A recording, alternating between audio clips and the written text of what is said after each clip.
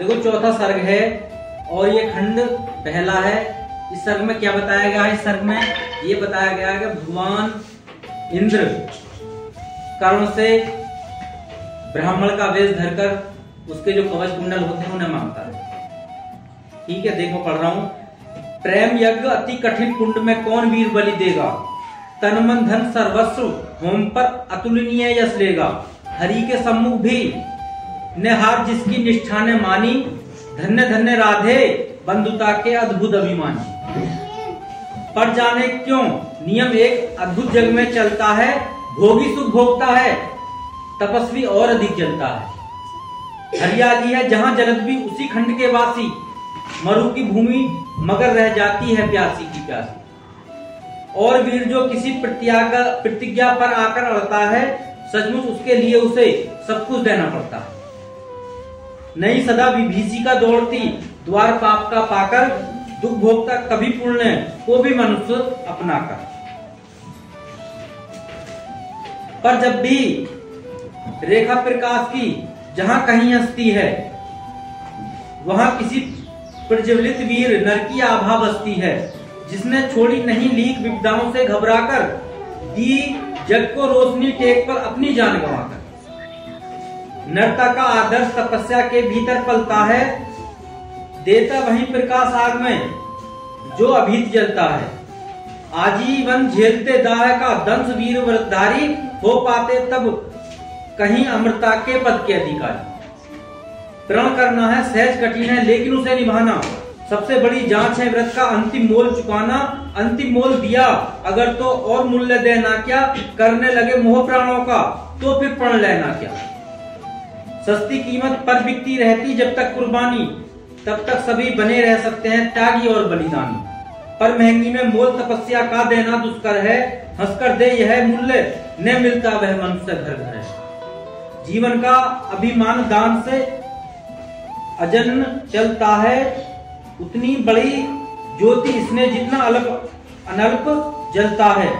और दान में रोकर या हंसकर हम जो देते हैं, अहंकार वश उसे स्वार्थ का त्याग मान लेते हैं।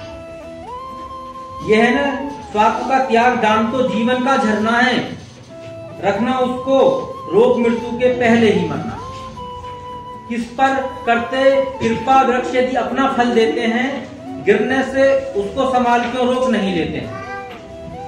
ऋतु के बाद फलों का रुकना, डालों का सड़ना है, मोह दिखाकर दे वस्तु पर आत्मघात करना है। देते तरु इसलिए कि रेशों में मत कीट समाये, रहे डालियों स्वस्थ और फिर नए नए फल आए। सरिता देती बार की पाकर उसे सुपूरित धन हो, बरसे मेघ भरे फिर सरिता उदित नया जीवन हो। आत्मदान के साथ जग जीवन का ऋजु नाता है, जो देता जितना बदले में उतना ही पाता है। दिखलाया कार्पण आपने धोखा खाना है, रखना दान अपूर्ण रिक्त निज का ही रह जाना है। व्रत का अंतिम मोल चुकाते हुए न जो रोते हैं, पूर्ण काम जीवन से एकाएक वही होते हैं। जो नर आत्मदान से अपना जीवन घट भरता है, वही मृत्यु के मुख में भी पड़कर न कभी मरता है। जहाँ कहीं है ज्योति जग में, जहाँ कहीं उजियाला, वहीं खड़ा है कोई अंतिम मोल चुकाने वाला। व्रत का अंतिम मोल राम ने दिया त्याग सीता को, जीवन की संगनी प्राण की मणि को सुमिनिता को दिया अस्थि देकर दधीची ने, शिवी ने अंग कतर कर, हरिश्चंद्र ने कफन मांगते हुए सत्य पर अड़कर।